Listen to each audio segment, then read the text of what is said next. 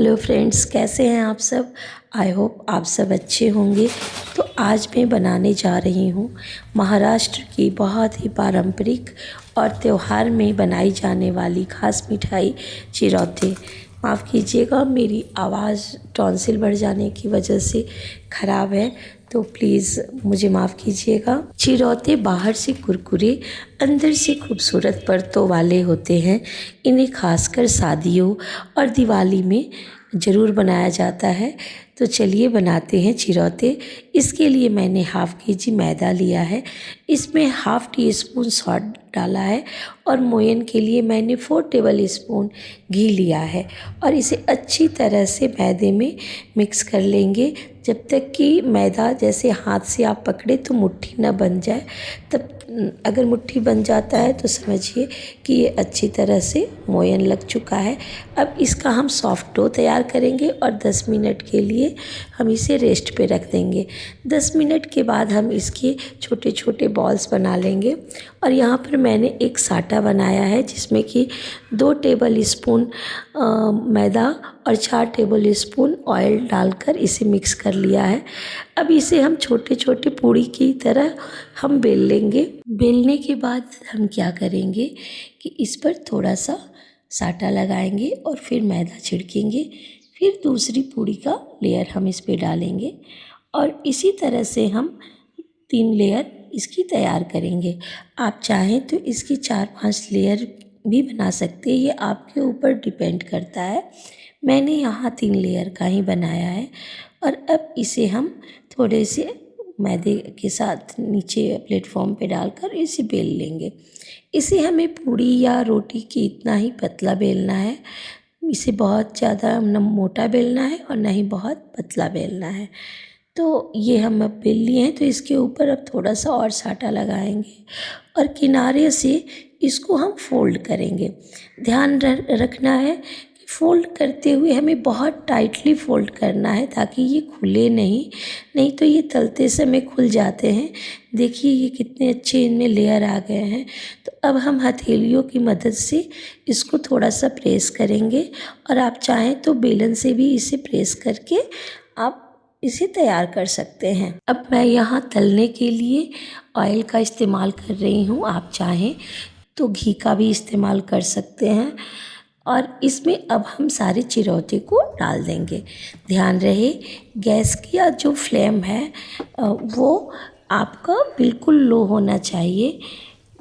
अगर गैस की flame high है, टेम्परेचर ऑयल का हाई हो जा रहा है, तो आप क्या करें कि गैस को बंद कर दें ताकि टेम्परेचर मेंटेन रहे।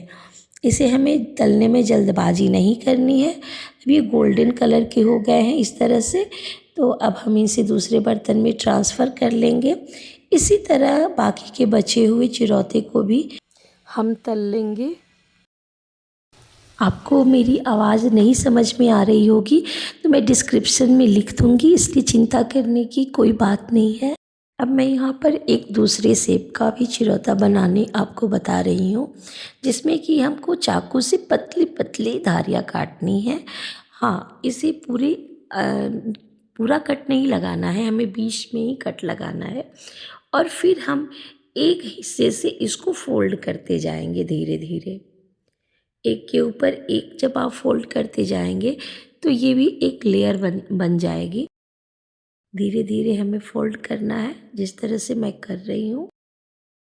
अब इसके बाद हम क्या करेंगे कि दोनों किनारों को थोड़ा सा ये खींचेंगे और उसके बाद एक के नीचे दूसरे को हम इस तरह से टक कर देंगे।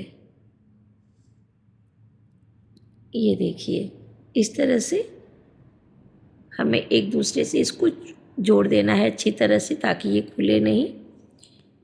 तो इस तरह के मैंने 2-3 बनाए हैं, बस दिखाने के लिए आपको कि आप इस तरह से भी इसको बना सकते हैं। चिरौतों के लिए अब हम यहाँ पर एक शुगर सिरप तैयार करेंगे। तो मैंने यहाँ पर 1 कटोरी चीनी और 1 कटोरी पानी लिया है।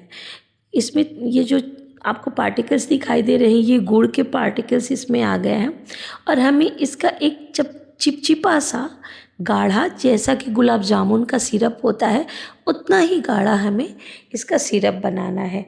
जब सिरप बन जाए तो इसमें हम 2 टेबल स्पून लेमन जूस डालेंगे और इसमें 1 टेबल स्पून इलायची डालकर अच्छी तरह से मिक्स कर देंगे। ये देखिए मैं यहाँ फोड़ कर दिखा रही हूँ ये कितने क्रिस्प हुए हैं। तो अब हम इन शुगर सिरप में सारे चिरोटे को डालकर अच्छी तरह से इनको शुगर सिरप से कोट कर देंगे। 1 मिनट रखने के बाद हम इन्हें दूसरे बर्तन में ट्रांसफ़र कर लेंगे। इसी प्रकार हम सारे चिरोटे को शुगर सिरप में डिप करके फिर उन्हें दूसरे बर्तन में ट्रांसफ़र कर लेंगे। तो हमारा ये महाराष्ट्र का पारंपरिक मिठाई जो है चिरोटे तैयार है। ये बहुत ही क्रिस्पी और बहुत ही अच्छा लगता है खाने में। प्लीज़ आप इन्हें ज़रूर बनाइएगा और मुझे बताइएगा कमेंट करके कि आपको कैसा लगा। मेरी आवाज़ ठीक नहीं है इसलिए मैं कुछ ज़्यादा बोल भी नहीं पा रही हूँ, तो प्लीज़ मुझे कमेंट में ज़रूर बताएं। और अगर आपको हमारी रेसिपी पसंद आई हो तो हमारे चैनल को सब्सक्राइब करें, लाइक करें और ज़्यादा से ज़्यादा शेयर करें। मिलते हैं नए वीडियो में, तब तक के लिए बाय।